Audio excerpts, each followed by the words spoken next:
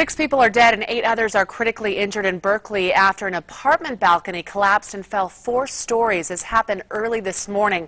Officials say they are investigating the cause of the collapse. NBC's Dan Sheneman has the latest. It happened early Tuesday morning. The victim had gathered at an apartment building near the University of California at Berkeley to celebrate a 21st birthday party. I heard a bang in the middle of the night and I just walked outside and saw a load of rubble on the street. Police and witnesses said as many as 13 to 14 people may have been gathered on the balcony when it gave way. It looks like it teetered over and then causing whoever was on the balcony to fall to the ground. 4 of the students were killed instantly. 2 later died at local hospitals. At least 7 others are being treated for what police called critical, life-threatening injuries. Our officers and our paramedics did everything they could for all the victims involved. Police, fire, and Berkeley City officials are now working to determine what caused the catastrophe. We're going to fully investigate this particular incident. So with our inspectors, we were not going to leave any rock unturned. And the Irish government has offered its support. Obviously, in the aftermath of a tragedy like this, the situation is extremely difficult. I was absolutely devastated to hear the news, particularly when one thinks of young lives that are on the edge of so much. The Irish Consul General in San Francisco will provide assistance to those affected. Dan Sheneman, NBC News.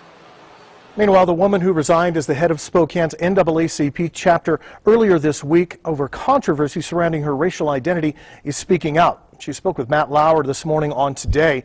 She says that even though she was born Caucasian, her self-perception changed around age 5. I was drawing self-portraits with the brown crayon instead of the peach crayon. Are you an African-American woman? I identify as black.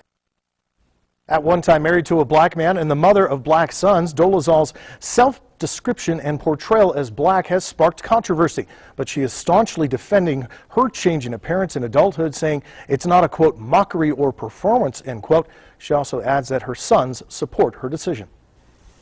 Lyle Mitchell made a jailhouse visit to his wife, Joyce, today. According to a CNN source, Joyce is held on charges of smuggling tools to 2 murderers, Richard Matt and David Sweat, who broke out of a New York prison.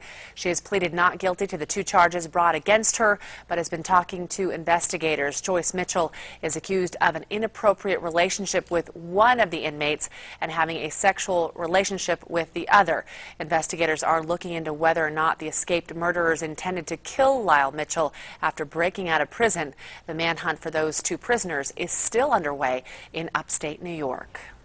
Hundreds of historical and centuries-old monuments in Nepal are now reopened following devastating earthquakes in April and May. The government has opted to push ahead with reopening the sites despite cautionary statements issued last week saying that they were still unstable.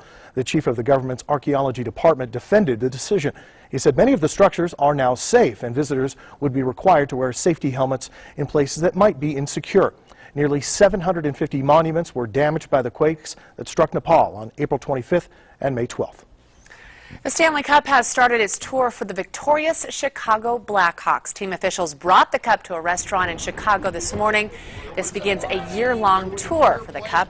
The team that wins the Stanley Cup gets to display it pretty much in any manner they wish. For example, last night, the team's coach drank a libation from it after the win. Then it toured a Chicago night spot until about 4 o'clock in the morning. It had a big night last night before making it back to United Center early today. Madison? All right, coming up, we're still a few days away from the official start of summer, but 90-degree weather is here and it's sticking around. Stay with us. Your full forecast is next.